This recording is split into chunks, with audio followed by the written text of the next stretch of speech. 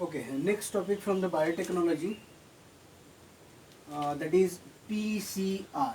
Okay, last time मतलब अब इसके पहले लेक्चर में आपने देखा रहेगा that is polymerase chain reaction के पहले आपने देखा था रिकॉम्बिनेंट डीएनए टेक्नोलॉजी. ओके, और अभी हम दूसरा टॉपिक देख रहे हैं that is PCR, polymerase chain reaction. That is polymerase chain reaction. Okay, इसका मतलब है यहाँ पे ये जो थर्मोस्टेबल डीएनए पॉलीमरेज है उसका चेन रिएक्शन है वो हम देख रहे हैं. And that is responsible for the development of the many copies of a DNA. DNA के बहुत से कॉपीज तैयार करने के लिए हम ये यूज कर रहे हैं. ओके, इसके पहले ये पॉलीमरेज चेन रिएक्शन नहीं था, लेकिन यहाँ पे रेप्लिकेशन ऑफ डीएनए करने के लिए अपने को यूज करना पड़ता था प्लाज्मिड. मतलब क्या करते थे लोग, देखो इसके पहले भी आपने देखा रहेगा किधर न किधर, तो कंडीशन ऐसा था कि प्लाज्मिड लेते थे ये लोग, प्लाज्मिड के अंदर का थोड़ा सा पार्ट कट करते थे और कट करने के बाद अपने को जो चाहिए वो जीन यहाँ पे ऐड करते थे. ऐड करने के बाद वो जीन जो है, ओके, वो जीन यहाँ पे ऐड करने के बाद ये बनता था रिकॉम्बिनेंट डीएनए टेक्नोलॉजी. ओके, बराबर है. ओके, ये फिर से वो क्या करेंगे, they are adding it inner side of that bacteria. फिर से उस वेक्टर के अंदर ये ऐड करते थे, उसके बाद उसको मल्टीप्लाई करते थे. ओके, मल्टीप्लाई करने के बाद ये जो एक कॉपी था इसका मल्टीपल कॉपीज, करोड़ों कॉपीज बनाते थे. उसके बाद ये भी उसके साथ मल्टीप्लाई होता था, उसका मतलब उसके अंदर का जीन भी मल्टीप्लाई होता था. वो फिर से कट करके वो जीन को निकालते थे और उनको ये मल्टीपल कॉपीज मिलती थी. Okay, yes. लेकिन इसके लिए कम से कम 15 दिन 20 दिन या उससे भी ज़्यादा टाइम लगता था. ओके, इसकी वजह से Kary Mullis the scientist, Kary Mullis, okay, scientist ने क्या किया, the scientist is from the chemistry. Okay, he work for the biology and taken a Nobel prize for the medicine. Okay, और इतना जल्दी नोबेल प्राइज मिलने वाला इससे दूसरा साइंटिस्ट नहीं है जिसको 4 5 साल के अंदर नोबेल प्राइज मिला है. क्योंकि यहाँ पे एप्लीकेशंस देखे जाते हैं, और जब एप्लीकेशंस देखे जाते हैं और ज़्यादा एप्लीकेशंस रहेंगे तो उनको नोबेल प्राइज जल्दी मिलता है. ओके, तो यहाँ पे बायोटेक्नोलॉजी के अंदर का दूसरा प्रोसेस हम देख रहे हैं that is a PCR, polymerase chain reaction. अभी पॉलीमरेज चेन रिएक्शन का मतलब क्या है, तो यहाँ पे पॉलीमरेज एंजाइम है and that polymerase enzyme is responsible for the development of the chain reaction for the formation of a DNA molecule, new DNA molecule. तो अपने को रिक्वायरमेंट क्या है, पहला रिक्वायरमेंट है पीसीआर मशीन चाहिए.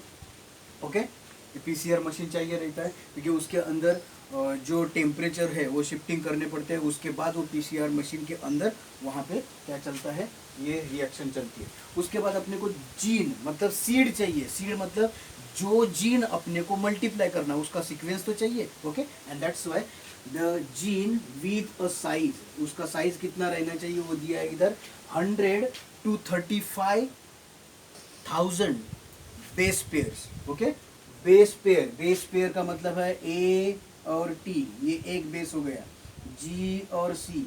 ओके, ये दूसरा पेयर हो गया. ओके, तो ऐसे पेयर्स कितने चाहिए, 35,000 पेयर्स.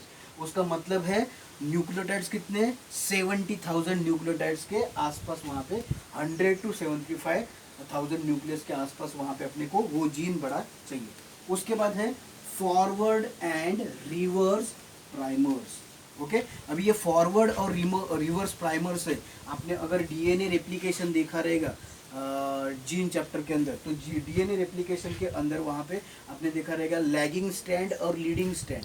तो लैगिंग स्ट्रैंड और लीडिंग स्ट्रैंड को तैयार करने वाले ये दोनों प्राइमर्स रहते. तो ये फॉरवर्ड और रिवर्स प्राइमर दोनों चाहिए रहते. Next is present, they are adding a new nucleotides when the development of the new strand, नया स्ट्रैंड जब तैयार होता है तो उसके अंदर ये नए वाले न्यूक्लियोटाइड्स तैयार करते हैं. Next is present that is a synthetic oligonucleotides. अभी जनरली आपने देखा रहेगा ये ATGC, these are present inner side of the nucleus, nucleus के अंदर पहले से है। ओके, तो इसकी वजह से इनको यूज करके न्यूक्लियस उनका रेप्लिकेशन करता है। रेप्लिकेशन मतलब डीएनए का रेप्लिकेशन करता है, न्यूक्लियस के अंदर ये है तो उसका ही यूज करके इसका रेप्लिकेशन करता है। ओके, डीएनए का। तो लेकिन अपने को पीसीआर मशीन के अंदर चाहिए, तो पीसीआर मशीन के अंदर अपने को ये तैयार करके यूज करने पड़ेंगे, and that's why we have to develop this synthetic oligonucleotides ATGC। ये सभी के सभी न्यूक्लियोटाइड्स अपने को तैयार करने पड़ेंगे। मे बी दे आर 25% है। ओके, ये परसेंट में अपने को उसके अंदर ऐड करने पड़ेंगे। ओके, नेक्स्ट है that is a thermostable DNA polymerase. Okay, अगर आपने देखा रहेगा कि इसके पहले वाला हमने देखा था that is replication of DNA. तो रेप्लिकेशन ऑफ डीएनए के अंदर अगर आपने देखा रहेगा तो वहां पे helicase enzyme is responsible for the unwinding and the breaking hydrogen bonds. Unwinding के लिए और हाइड्रोजन बॉन्ड्स ब्रेक करने के लिए हेलिकेज यूज किया जाता है। ओके, लेकिन यहाँ पे कंडीशन क्या है, here this is a thermostable DNA polymerase is use. यहाँ पे कैरी मुलिस ने यूज किया हीट डीनेचुरेशन। हीट डीनेचुरेशन मतलब 91 degree Celsius to 94 degree Celsius के बीच में यहाँ पे डीएनए बीच में से, मतलब दोनों जो हाइड्रोजन बॉन्ड्स रहेंगे वो वहाँ पे टूट जाते, और ये हाइड्रोजन बॉन्ड्स टूटने के बाद वहाँ पे दो अलग अलग स्ट्रैंड तैयार हो जाएंगे। बाद में हम प्रोसीजर में देखने वाले हैं। ओके, तो इसकी वजह से, लेकिन नॉर्मल जो पॉलीमरेज एंजाइम है वो 60-70 डिग्री सेल्सियस के ऊपर डीनेचर हो जाते हैं, मतलब काम करना बंद कर देते हैं। काम करना बंद कर देते हैं। अभी काम करना बंद करने के बाद कंडीशन क्या हो जाएगा कि वो डीनेचर हो जाएंगे, काम नहीं करेंगे। इसकी वजह से जब हम पीसीआर मशीन के अंदर 91 डिग्री सेल्सियस को जाएंगे तभी ये एक्टिव रहना चाहिए, मतलब मरना नहीं चाहिए, काम करना बंद नहीं करना चाहिए। तो इसकी वजह से अपने को क्या करना है कि ऐसा वाला डीएनए पॉलीमरेज ढूंढना है जो थर्मोस्टेबल है। थर्म मतलब टेम्परेचर, हाई टेम्परेचर को वो स्टेबल रहेगा, तो इसकी वजह से हम यूज करेंगे। ओके, अभी ये कैरी मुलिस ने निकाला किधर से, Thermus aquaticus. This is a sulphur stream loving bacteria. Hot sulphur stream के अंदर ये बैक्टीरिया रहता है, मतलब जहाँ पे 80 डिग्री सेल्सियस 90 डिग्री सेल्सियस पानी जहाँ पे रहता है, ओके, उस स्ट्रीम के अंदर यहाँ पे ये जिंदा रहता है। तो उसके अंदर का डीएनए पॉलीमरेज है ये, तो इसकी वजह से उसको बोला गया है थर्मोस्टेबल। हाई टेम्परेचर को 94 डिग्री सेल्सियस तक को वो क्या करता है, स्टेबल रहता है। That's why it is called as a thermostable DNA polymerase enzyme.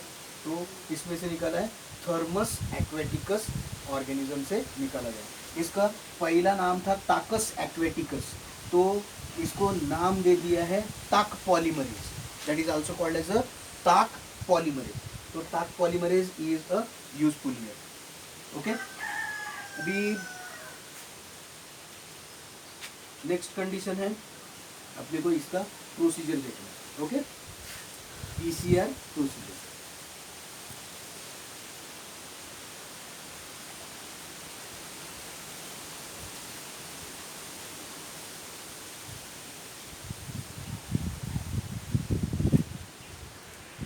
PCR के अंदर 3 स्टेप रहते हैं। Okay, steps involve in PCR. Okay, मैं ऊपर का ही कट करके लिखता हूँ।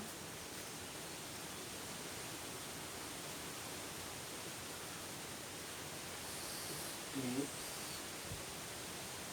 Involve in PCR. ओके, अभी स्टेप्स, मुझे जगह मिल गया थोड़ा। ओके, अभी स्टेप्स इन्वॉल्व इन पीसीआर, यहाँ पे 3 स्टेप चलते हैं। ओके, एक के बाद एक देखेंगे। पहला वाला, उसके सामने ही मैं डायग्राम निकालने वाला हूँ। पहला वाला स्टेप है first, that is called as a heat denaturation.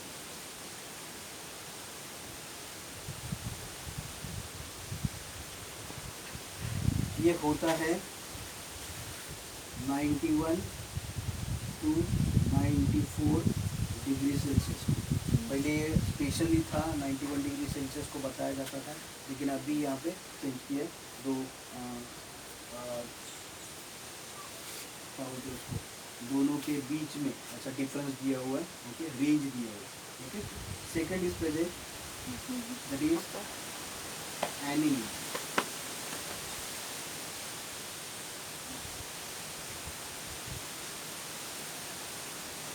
Annealing का मतलब है development of the new strand in front of a old strand.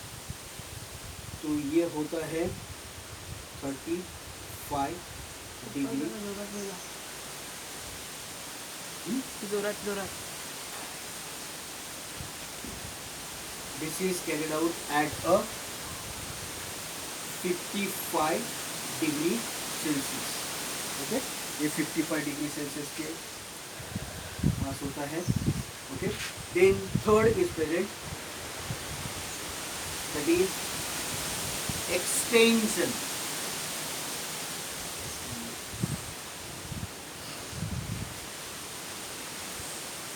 इसको और बोला जाता है that is polymerisation.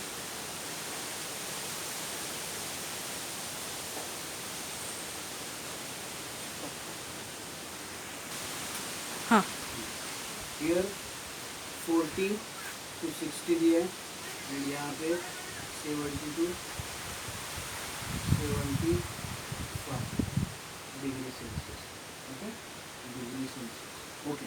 Now the steps involved in the PCR, there are 3 steps are present. The first, heat denaturation 91 to 94 degree Celsius.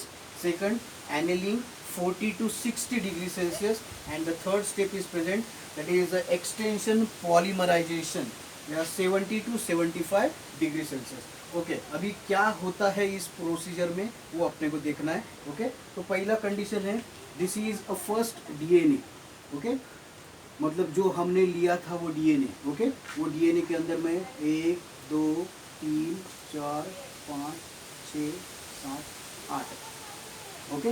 नीचे भी वैसे ही रहेंगे 1 2 3 4 5 6 7 8, okay.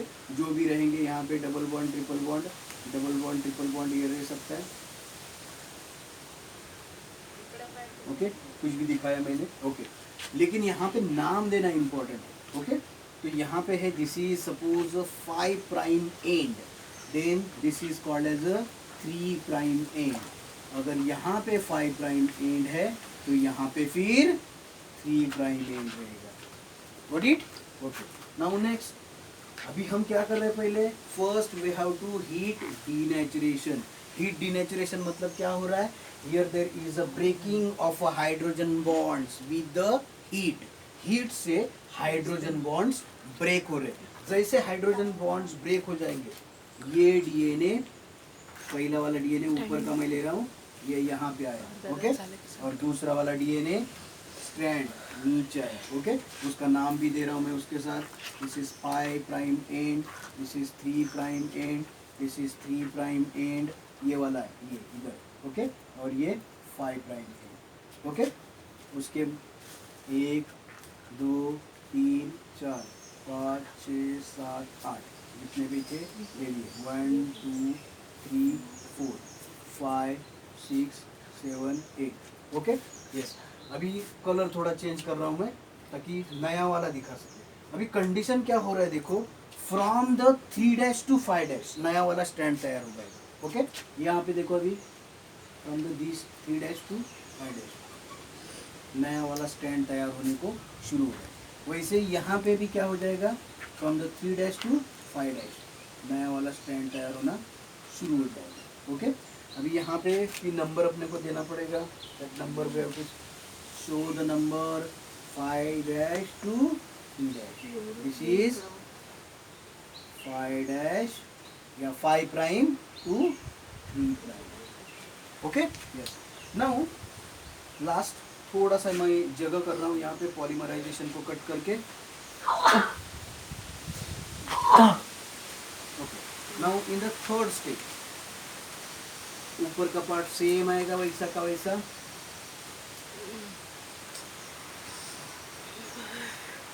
Okay. 1 2 3 4 5 6 7 8.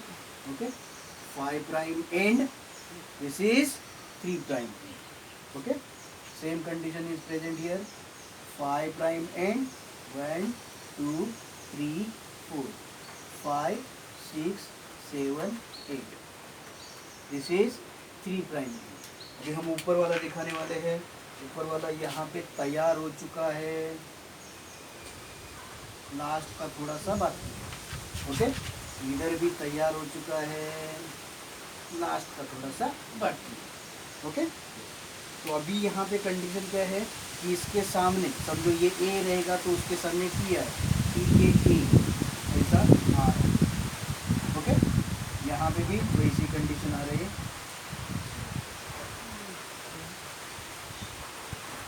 Okay, now this is step which is called as the extension. In this extension, this 5 prime and this 3 prime end, and this 5 prime and this 3 prime end. Okay, they are going to join with each other with the help of the polymerase reaction. Now the polymerase is responsible for the development of a bond between these. इसके अंदर जो यहाँ पे break किए गए थे ये सभी बॉन्ड्स यहाँ पे फिर से तैयार हो जाएंगे. और तैयार हो जाने के बाद यहाँ पे क्या तैयार होने वाला है? नया वाला स्ट्रैंड तैयार होने वाला है. 5' to 3' 3' to 5'. और यहाँ पे है this is 3' 5'. 3 prime end to 5 prime end and 5 prime end to 3 prime end. अभी ये पूरा का पूरा नए 2 तैयार हो गए. अभी ये 2 तैयार हो गए. यहाँ पे हमने एक ही जीन यूज किया था. इस एक जीन के अपने को 2 तैयार होके मिले जीन. ओके, अभी ये दोनों जो तैयार होने वाले जीन है वो कितने मिनट में होने वाले हैं? 3 मिनट के अंदर. कितने मिनट में होने वाले हैं? 3 मिनट के अंदर. अभी ये 3 मिनट में जैसे तैयार हो जाएंगे उसके बाद ये साइकिल फिर से चलेगा. मतलब क्या होगा? ये यहाँ पे काम करेंगे, ये फिर से ब्रेक हो जाएगा. ब्रेक हो जाने के बाद फिर से ऐसा कंडीशन, फिर से ऐसा कंडीशन. उसके बाद 4 हो जाएंगे, 4 के 8 हो जाएंगे, 8 के 16, 16 के 32. ओके, ऐसे 30 के बाद 30 साइकिल्स हो जाने के बाद अपने को करोड़ों इस जीन के डेवलपमेंटल कॉपीज मिलते हैं. इस जीन के करोड़ों कॉपीज मिलेंगे. ओके, 30 साइकिल्स के बाद. And that's why within 30 minutes, within 1 hour, we can develop a large amount of copies of a single gene. And that's why this is like a Xerox machine. Okay, Xerox machine के जैसा carry movies के लिए तैयार किया था, जिसकी वजह से उनको ज़्यादा सक्सेस मिला. Nowadays the gene banks are present. Gene bank के अंदर वहाँ पे जो जीन रहते हैं उनको मल्टीप्लाई किया जाता है, और मल्टीप्लाई करने के लिए उनको PCR मशीन चाहिए रहता है. अगर हम मुंबई भी देखते हैं तो मुंबई के अंदर जो बड़े बड़े लैब्स रहेंगे उनके अंदर भी मतलब जैसे इंस्टीट्यूट साइंस रहेगा, उसके बाद PIFR रहेगा, उसके बाद आप देख सकते हैं कि IIT रहेगा. IIT का बायोलॉजी बायोटेक्नोलॉजी का डिपार्टमेंट स्पेशली है. ओके, तो वहाँ पे भी ये मशीन यूज किए जाते हैं. इवन फार्मास्यूटिकल कंपनी जो है या जो भी दवाइयाँ वगैरह तैयार कर रहे हैं उन सबके अंदर यहाँ पे ये मशीन्स रहेंगे, PCR मशीन्स रहेंगे. ओके, और वो वहाँ पे PCR मशीन से क्या करते हैं? रेप्लिकेशन ऑफ DNA करने के लिए यूज करते हैं. ओके, तो ये है step involve in the PCR. Okay, उसके बाद बायोलॉजी बहुत फास्ट हो गया. फास्ट हो गया मतलब क्या है? जीन मिलना फास्ट हो गया. अभी जीन मिलना फास्ट हो जाने के बाद मिलेगा क्या? तो दुनिया को सबको जो भी जीन चाहिए वो देना पड़ेगा. पहले मैंने जैसे बताया था बैक्टीरिया के अंदर इंसर्ट करो, उसके बाद मल्टीप्लाई करो, ये कुछ नहीं करना पड़ेगा. जनरली जेरॉक्स मारने के जैसा हो गया. Okay, that's why this scientist got Nobel prize within 4 to 5 years. Okay, now next applications. अभी समझो कहाँ पे क्राइम होता है, तो क्राइम सीन के अंदर वहाँ पे कंडीशन ऐसा हो जाता है कि थोड़ा सा DNA मिलता है, तो थोड़े से DNA को ज़्यादा क्वांटिटी में तैयार करना पड़ता है. तो तैयार करने के लिए क्या करते हैं? ये स्टेप में फिर से जाते हैं और उसको मल्टीप्लाई किया जाता है. और वही आपने DNA फिंगरप्रिंटिंग के अंदर देखा रहेगा PCR. तो पीसीआर मतलब क्या है, ये रिएक्शन है वहाँ पे यूज किए जाते हैं जो थोड़ा सा डीएनए मिला रहेगा उसको एम्पलीफाई करने के लिए। डीएनए एम्पलीफिकेशन भी बोला जाता है इसको। एम्पलीफिकेशन मतलब क्या करता है, बढ़ाता है, डीएनए बढ़ाया जाता है और वही जीन्स यहाँ पे बढ़ाए जा रहे हैं, तो इसकी वजह से ये यूज किया जाएगा। ओके, तो डीएनए एम्पलीफिकेशन के लिए यूज किया जाएगा। मैंने बोला आपको डीएनए रेप्लिकेशन किया जाएगा, ह्यूमन का जीनोम रेप्लिकेशन करने के लिए, या डीएनए पूरा का पूरा बॉडी जो है डीएनए का वो रेप्लीफाई करने के लिए इसका यूज किया जा सकता है। तो ये steps involve in the PCR polymerase chain reaction. Okay, vast applications are present in the biotechnology and the rest of medicine field. So that's why this is very important. Okay. Stop. तीन Okay. इस अभी last वो हो गया, that is a PCR polymerase chain reaction. इसके बाद का जो है रेस्ट्रिक्शन एंडोन्यूक्लियस एंजाइम हम नेक्स्ट टाइम लेंगे। ओके।